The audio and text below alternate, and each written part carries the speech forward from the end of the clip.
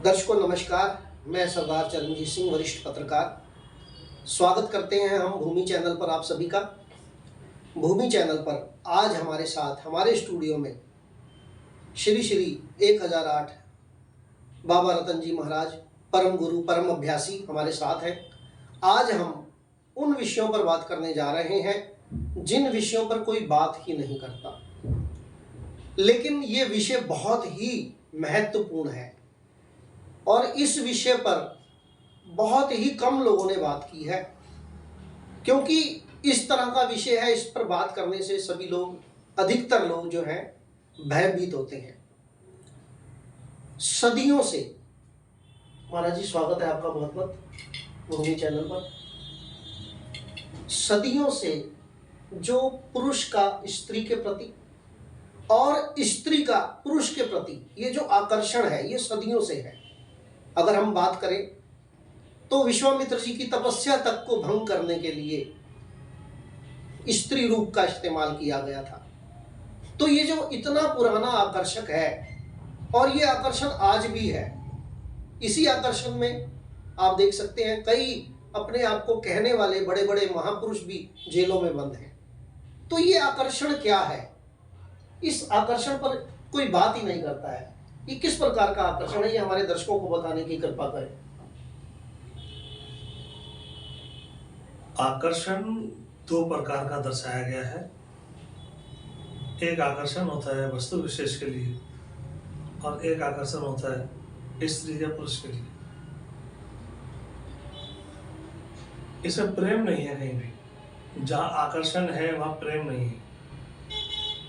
ज़्यादा अच्छा रहेगा कि हम प्रेम पर चर्चा करें ना कि आकर्षण पर, क्योंकि आकर्षण केवल मात्र भोग विलास की वस्तु है और जिसके प्रति आकर्षण होता है उसका आकर्षण खत्म हो जाता है क्षण भर में और उसके बाद वो वस्तु बेकार हो जाती है। जैसे उदाहरण के तौर पर आप बाजार में संतरे लेने जाएं, आपको संतरे का छिलका जो है वो आकर्षित करता है अपनी ओर, लेकिन आप छिलका नहीं खाते हैं।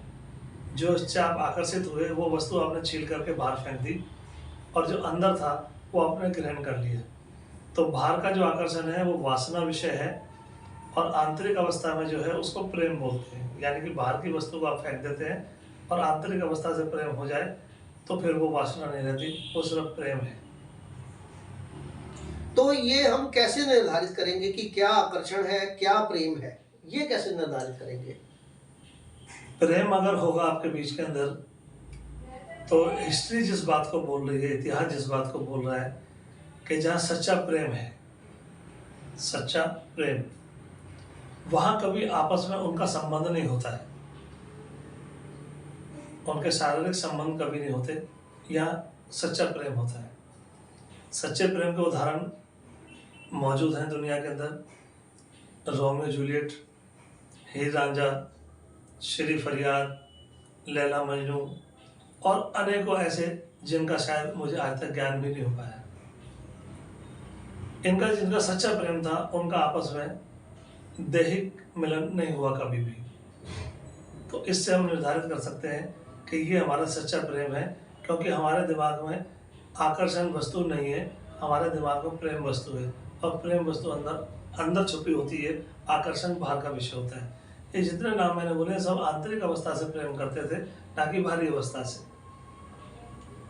लेकिन आज का जो माहौल है, हम वर्तमान की बात करते हैं, पुरानी बात करते हैं, जो लड़के लड़कियां स्कूल कॉलेज में जाते हैं, पढ़ने के लिए जाते हैं, स्कूलों में ही जो आकर्षण शुरू होता है, उस आकर्षण की वजह से अनेक प्रकार के समाज को नुकसान भी हो रहे हैं।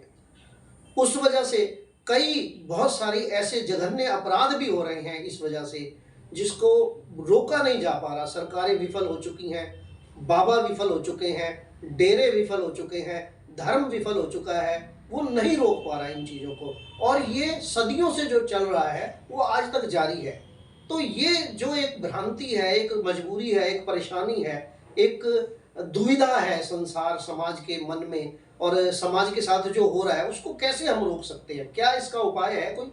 अभी आपने बता तो दिया, संत महात्मा, डेरे, प्रशासन, प्रशासक, कोई भी इसको नहीं रोक पा रहा है, तो फिर आप कैसे रोक सकते हो?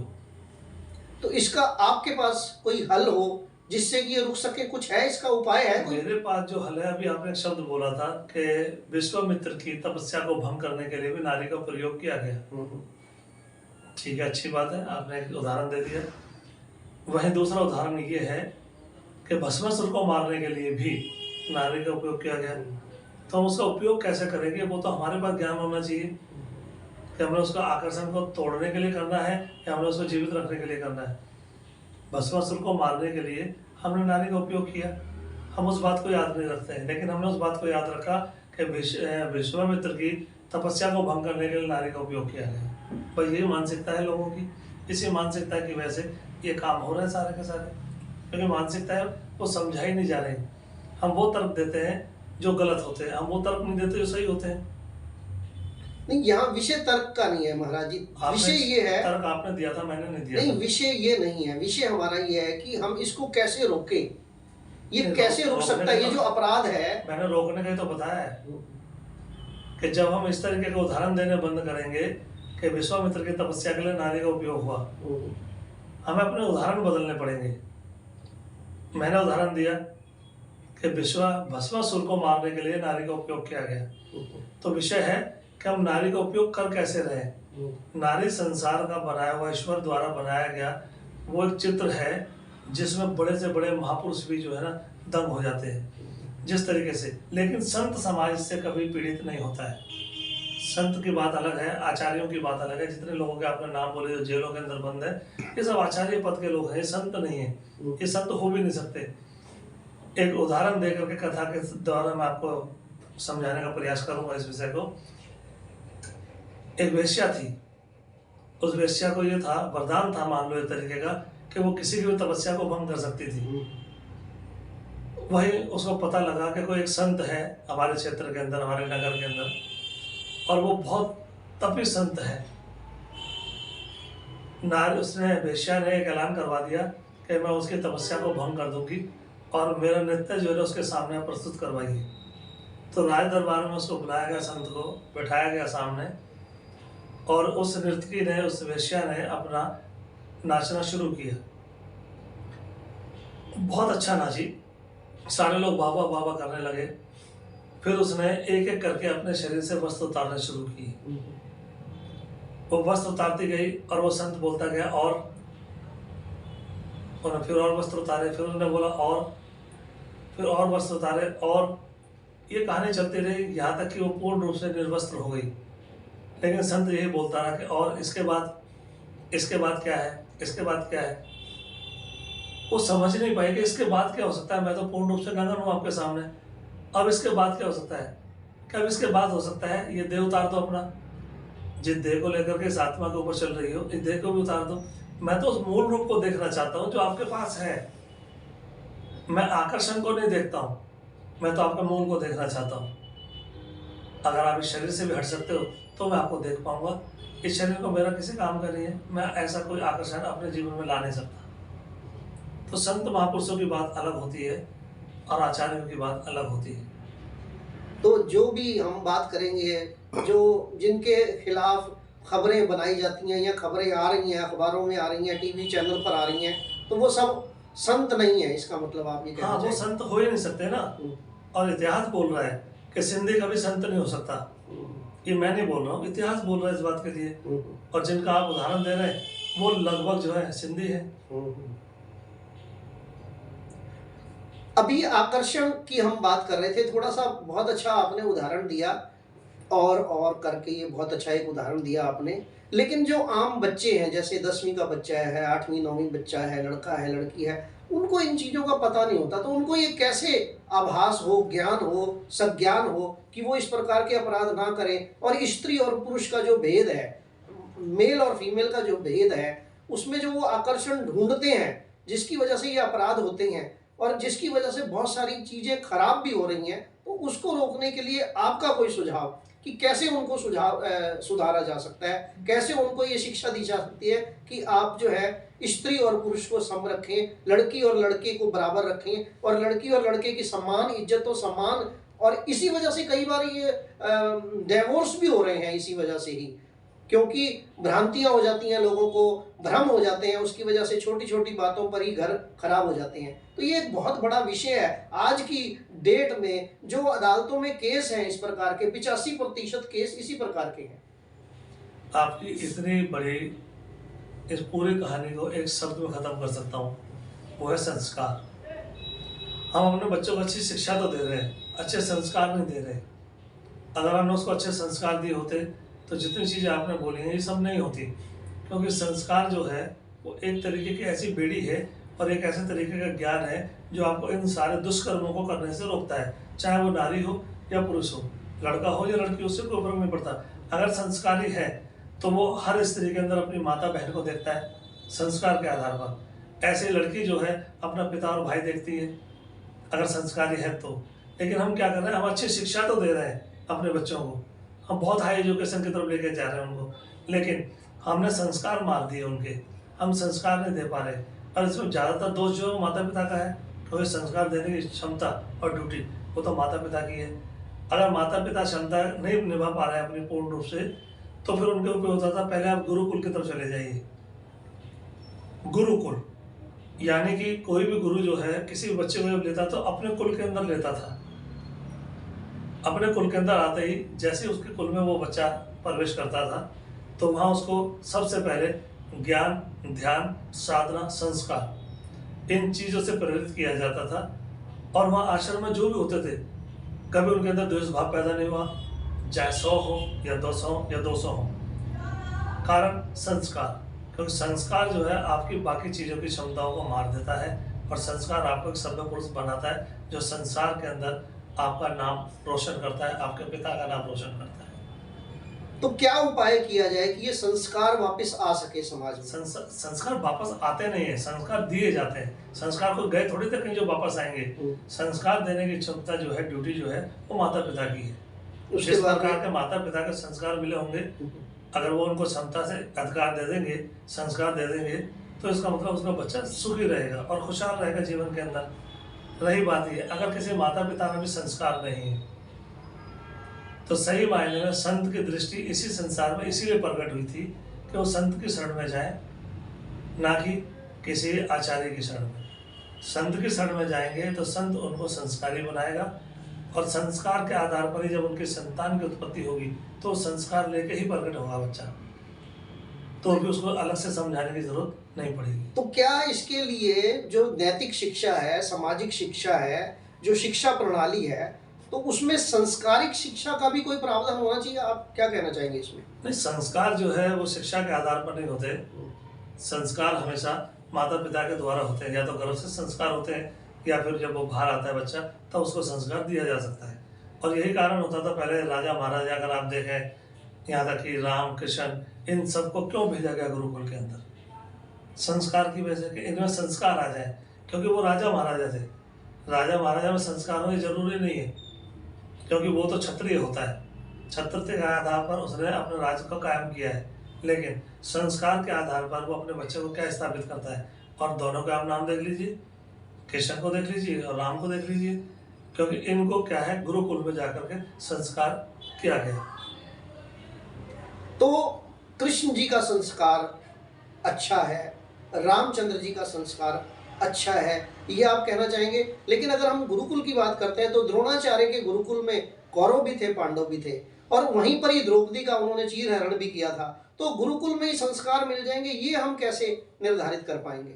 आपको थोड़ी सी गलतफहमी हो गई यहाँ पर शब्द के अंदर, आप समझ नहीं पाए इस बात को। ये जो राजा महाराजा जिनकी मैंने बात की है, या कौरव और पांडवों का आपने जिक्र किया है, कौरव जो है गुरुकुल में नहीं गए थे। राजा होने के नाते उन्होंने गुरुकुल से ही गुरु द्रोणाचार्य को बुलवा लिया था। राम जी को गुरुकुल में भेजा गया था, कृष्ण को गुरुकुल में भेजा गया था, लेकिन यहाँ राजा के दबाव डालने की वजह से गुरुकुल से ही गुरु को बुलवा लिया गया था।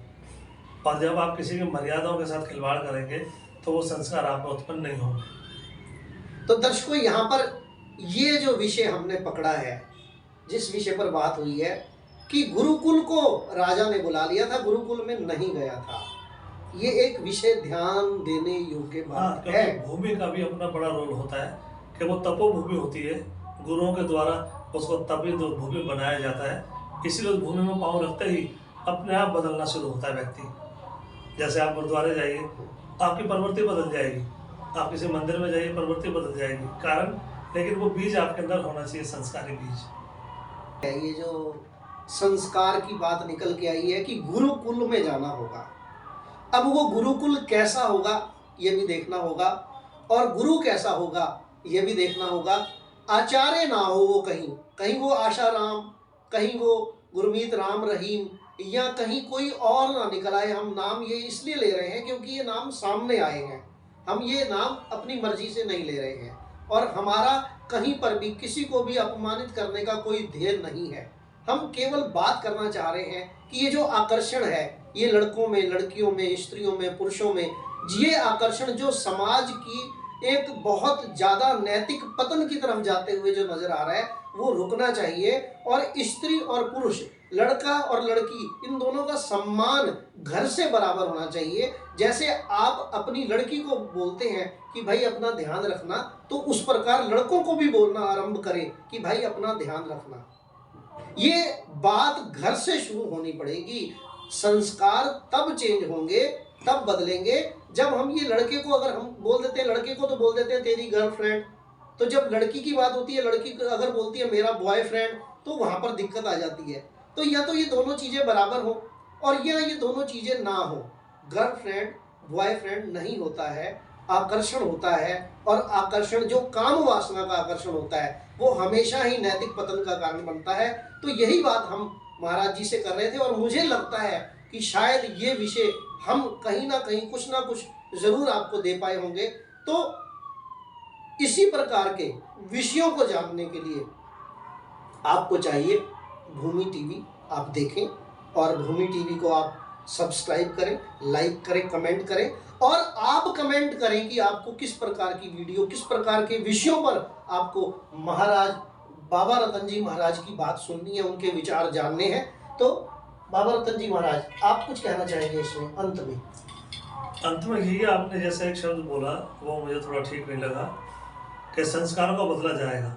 संस्कार कभी नहीं बदलते, संस्कार वो जैसे हैं वो वैसे ही है। संस्कार एक बीज है, बीज कभी बदलता नहीं है। वृक्ष की शाखाएं बदल सकती है, वृक्ष का आकार बदल सकता है, लेकिन बीज कभी नहीं बदलता। बीज जैसा है वो वैसे रहता है। तो संस्कार को बीज की नीति से देखिए, संस्कार बीज है, और वो बीज जहाँ भी पड़ जाएगा वो वैसे वृक्ष उपजेगा जैसा वो संस्कार होगा। बस मैं तो सभी को शुभाशीष देता हूँ। आप सभी का कल्याण हो, आप सभी खुश रहें, प्रसन्न रहें, आनंद रहें। नमस्कार दर्शकों, हम विदा लेते हैं। अगला हमारा वीडियो जरूर देखिएगा, और मैंने फिर आपसे एक निवेदन करना है कि आप अपने कमेंट लिख कर भेजिए कि आप किस विषय पर चाहते हैं, और ये वीडियो आपको कैसी लगी। इसमें जो हमने बातें करी, क्या इस वीडियो से आपको कोई लाभ हुआ? अगर लाभ होता है तो कृपया ये आप जरूर लिखें कि आपको लाभ हुआ, और अगर आप कुछ और विषय पर बात करना चाहते हैं तो आप वो विषय भी लिखें। आपका बहुत बहुत धन्यवाद। नमस्कार, फिर आते हैं आपके सामने एक और अच्छा विषय लेकर भूमि टीवी पर। नमस्कार, जय हिंद, जय भारत।